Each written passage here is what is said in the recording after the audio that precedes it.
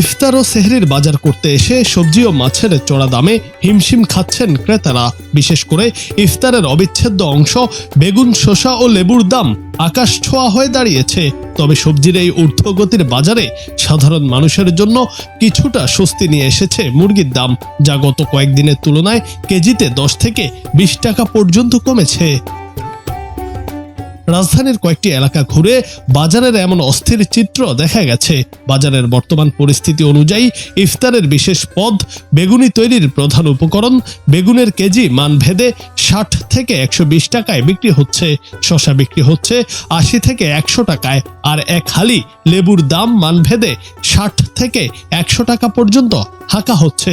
সবচেয়ে বড় ধাক্কা এসেছে কাঁচা মরিচের দামে।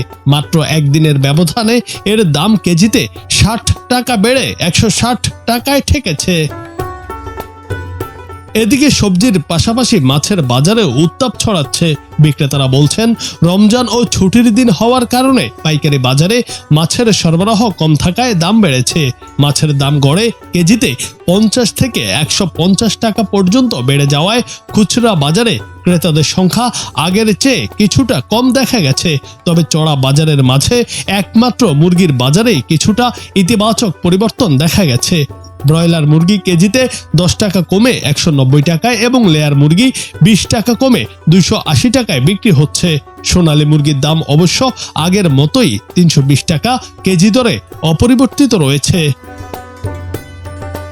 জুনায়েদ আহমেদ, বাংলা টিভি।